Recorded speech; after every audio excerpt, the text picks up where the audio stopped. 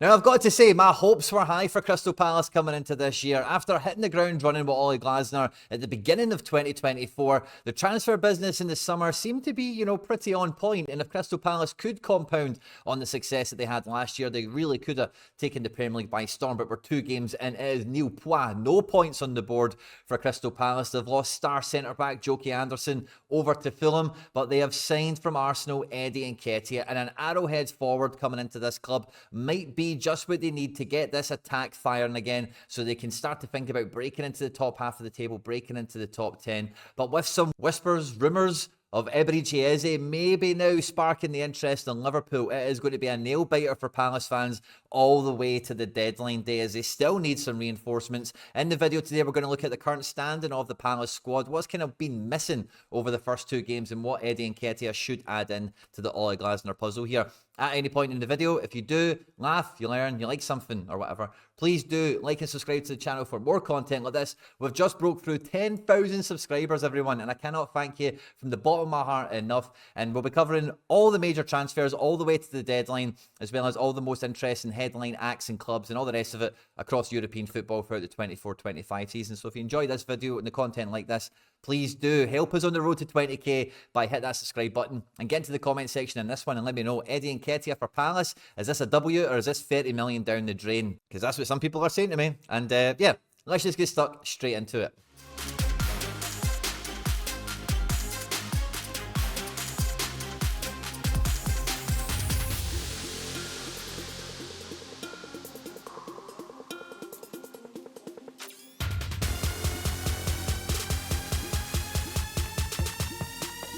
Because as we just jump into it straight away and we have a look at Crystal Palace's second game in the Premier League, the last game they played at point of recording, the first game post Joachim Andersen, we're quickly reminded about Mark Guéhi, who could be on his way to Newcastle United in a move that would further compound the backward slide in best 11 quality that Crystal Palace have had throughout this transfer window. Odsonne Edouard started this game, Kamada started the last, and the Michael Olise void is a huge one that is still yet to be filled. But one thing I would say that should give Crystal Palace fans a silver lining, a glimmer of hope to this, is that the tactical shape and philosophy, even in the absence of Olise, Joachim Andersen, and then let's see what happens with maybe Mark Guéhi or Eberechi Eze, which at this stage of the window attracting interest from the likes of Liverpool, I don't think it bodes well. Because in this situation, when your biggest and best players are getting picked off from you, the best situation you could possibly be in is having a manager with a really strong and clear philosophy, so then the replacements that come in, yeah, they might not be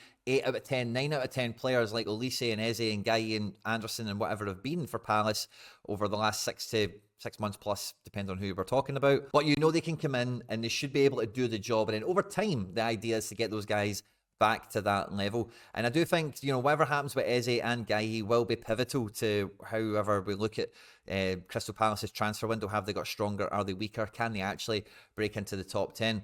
But if we kind of move aside from the stuff that, let's see how thin the defence actually gets, because if Guy was to walk out behind Anderson, the back 3 is wafer thin. Now, since recording this, we've had the here we go on Maxence Lacroix coming into the Crystal Palace defence to replace Joachim Andersen, and a move that has definitely been in the rumour mill for a little while. We've spoken about this transfer already in the channel once or twice, but this is a clear, maybe not almost a like-for-like replacement. I think Anderson's definitely got that range of passing, but Lacroix will definitely be a capable defender here and will definitely add into the level of the best 11 kind of back 3 that's required for this type of system. Like, he's got great recovery pace for coming into these channels with any kind of wingers or any kind of pacey forwards, as it were. And when you're playing as part of a back 3, having a guy like him as I expect him to be the middle option of the 3, being like that old school sweeper almost, where he can chase the ball down the channels, and then the other 2 guys can behave as, a pair in the middle of a back 4 almost, if you can imagine.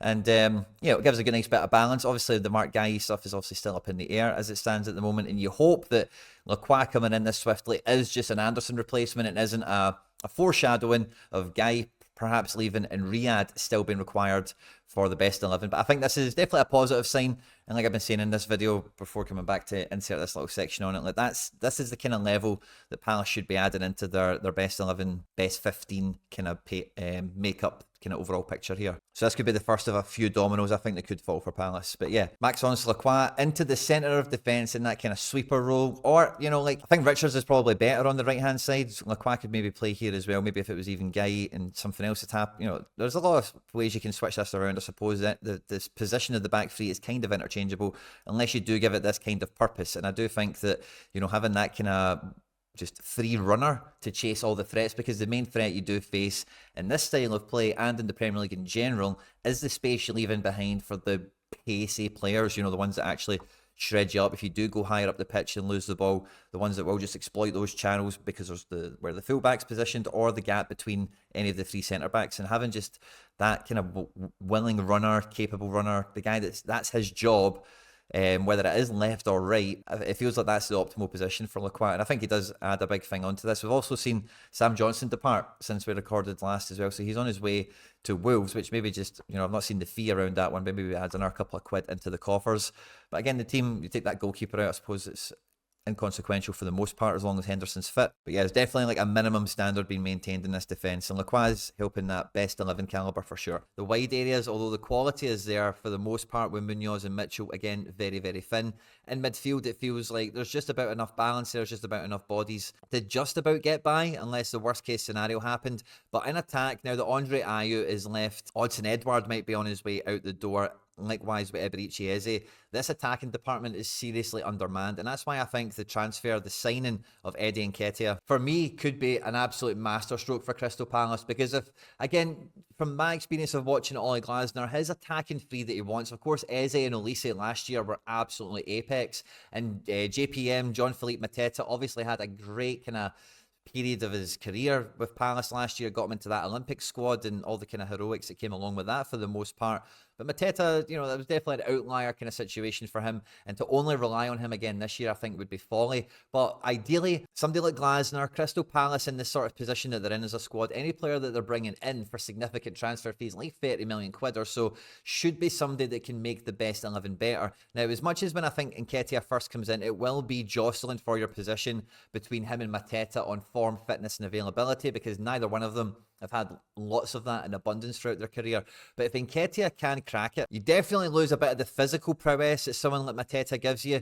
But Nketiah feels much more of like an arrowhead forward under Ole Glasner for me. Like, he's much more of a penalty box finisher, and he's a guy that, you know, Mateta can sometimes, I don't want to say let you down, but sometimes he's in some positions, and we've seen this from his Palace career and previously in the Bundesliga, where he will just get that nosebleed, you know, and he will just, you know, make the wrong choice, and ultimately it goes begging. But I think Nketiah would be much more attuned, and you'd probably get a much more consistent output of somebody from Nketiah. If he's got somebody like Mateta pushing him for the spot as well, maybe they will continue to rotate as the season goes on. But for me, I've been a big fan of Nketiah since kind of breaking through from Arsenal in the youth ranks into the senior team at quite a young age. And he's somebody that I've always thought, if he went to a Crystal Palace, if he went to like an upper mid-level Premier League team and was the star man, was the main forward, is a guy that could easily clip and, you know, in a best possible scenario, 15 to 20 goals quite easily. I don't think Mateta, I don't think Edouard, I don't think anyone really that's in these ranks at the moment has clearly shown that they have that potential at Crystal Palace.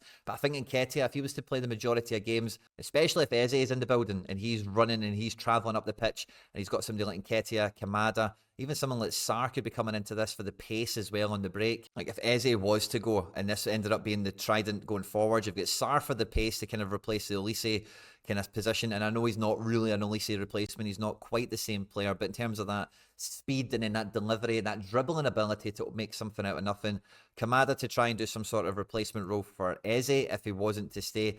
I think this could be a really good generation too. You know, it's not quite as good as Eze, Olise, and then that peak Mateta that we had last year.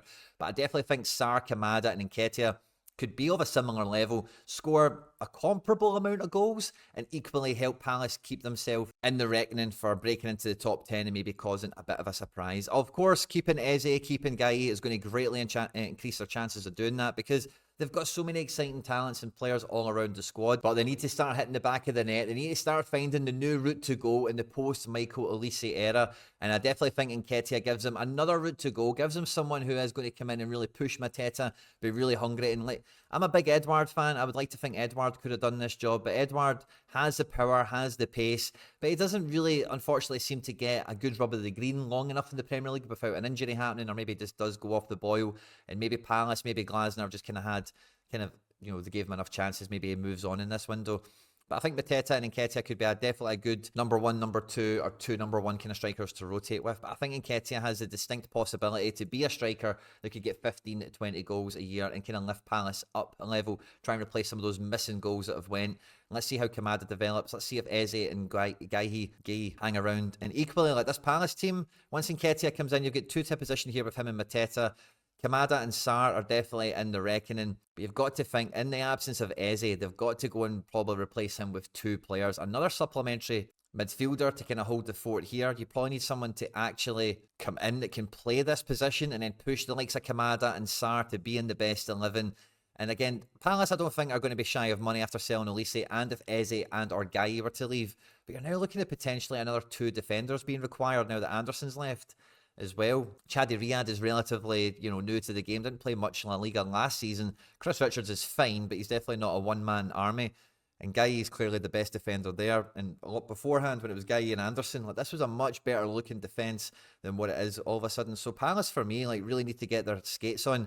We're talking about 2 defenders and maybe 2 more midfielders coming into the picture. If Eze was to leave, if Eze stays, maybe 1 more. So we're talking about another 3 or 4 transfers. I think the striker is a great addition, but there's definitely some room for Palace to get their act together a little bit more. Having lost the first 2 games of the season, I think it will be battle stations for the transfer department, and they will be scouring the market. They will be going across European and world football, looking for some more players just to kind of bolster the ranks and make sure that the ambitions they have can be realised, can be, put onto the table, can be put onto the agenda with this huge financial injection that they've had with the sale of Olise and Anderson, and maybe 1 or 2 more. Let's see how it shakes out from here. But this could be a complete makeover for Crystal Palace if, 1 or more player leaves. They did bring in 3 or 4. The team could be quite unrecognisable quite quickly. I don't think I'm quite giving up hope yet on Palace breaking into the top 10 or having quite a memorable season, although they've got off to a pretty poor start. But one thing I think that they need is, on top of Nketiah, another player or 2 that can be best 11 potential and really try and keep this squad moving in the direction that we've seen it finish last season with. On screen and now some other stuff that I've made that YouTube thinks you might enjoy. I hope you enjoyed this one, guys. Let me know what you think about Eddie Nketiah. Is it a W? Is it an L? Does he help keep Palace moving forward in the right direction? Let me know in the comment section, and I will catch you on the next one.